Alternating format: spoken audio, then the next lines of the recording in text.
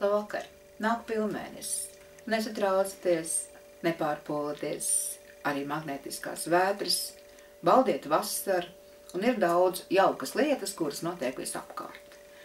Man pāris dienas atpakaļ atveda granti, un no mašīnas lec ārā 2 jauki vīrieši.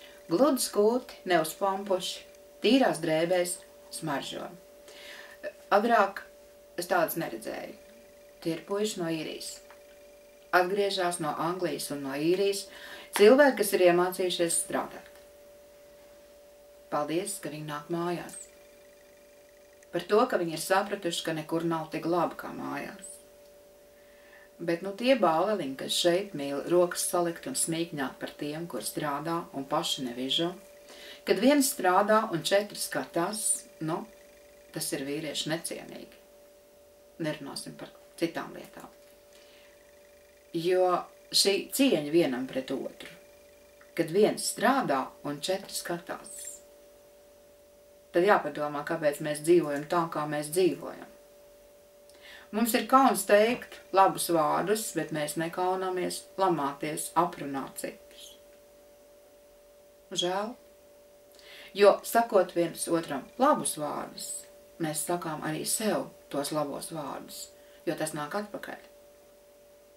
Un es redzu vienalga, kur eju, ja pasaka, vai cik jauki jūs to darāt, vai paldies par labo darbu, cilvēkiem sāk spīdēt acis, viņi sāk smaidīt. Un mums tik tiešām šajā jaukajā vasarā ir jāsmaida vairāk un jāsaka labi vārdi.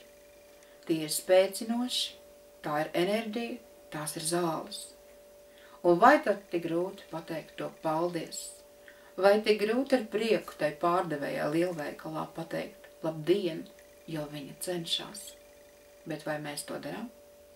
Nevienmēr. Ir jāiemācās savu slikto omu un kreiso kāju nerādīt visiem, jo tās ir lietas, ar ko galā jātiek pašam, ir jāsaņemās. Ir jāpārstāj sevi žēlot, ir jāsāk sevi mīlēt. Un ir jāpārstāj arī melot un izlikties, un arī visiem nekad labs tu nevar būt. Tad nevajag pārcensties. Nesen man bija saruna ar vienu žurnālistu, un viņš tā lepni, priekš kam tāda valsts ir vajadzīga? Pavisam vienkārši. Valsts ir vajadzīga priekš tam, lai rūpēties par tiem, kas nespēj par sevi parūpēties, un dotu iespēju rūpēties tiem, kas ir spējīgi to darīt paši. Tik vienkārši tas ir. Un viss, vairāk valstu funkciju nav. Jā, bet kādas tik funkcijas mums neuzņemās? Kamēr visi nesapratīs, ka par naudu runāt ir nepieklājīgi, kad prasīt otram, cik tas maksā, ir ļoti nepieklājīgi. Man to vecmāmiņa iemācīja ļoti agri. Un es domāju, un es zinu, ka citus arī mācīja. Nepieklājīga uzvedība. Iet runa par inteliģenci. Inteliģenci neiegūst ar augstskolas diplomu. Tam ir jānāk no ģimenes. Vai nu ir, vai nu nav.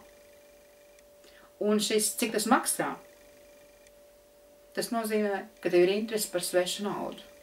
Tad tev pašam nebūs nekā. Tu esi skaldīgs un tu esi nenovīdīgs. Tas to nozīmē. Tad vajag paņemt spoguli, paskatīties sev acīs, vai vajag interesēties par to, kas pieder citiem un ko dara citi, ir jāskatās pašiem uz sevi. Un katram. Jo mēs neviens neesam eņģeļi, mēs esam tikai cilvēki, mēs kļūdamies, bet galvenais ir atzīt savu vainu. Un šī interese par svešām dzīvēm, par svešiem īpašumiem, tas nozīmē, ka tev pašām nekā nav. Šie dusmīgie cilvēki, kas staigā visapkārt, tie ir tikai cilvēki, kas nav sevi realizējuši. Nav sevi realizējuši tur, kur tas nāk viegli, ar prieku un ar mīlestību. Un to darīt nevis tāpēc, lai izskatās labi, bet tāpēc, ka man tā patīk. Tāpēc tas dusmas. Dusmas nāk arī tad, kad cilvēks ir nobijies. Viņš vienkārši kļūst agresīvs. Tas darbs ar sevi, tie nav nekādi joki. Bet bez humora un bez smiekliem tik un tā nekas nesanāks. Es jums novēlu šai nedēļas nogalē labi izsmieties un kam ir iespēja aizbraukt uz Kuldīgu. Tur būs svētki. Paldies!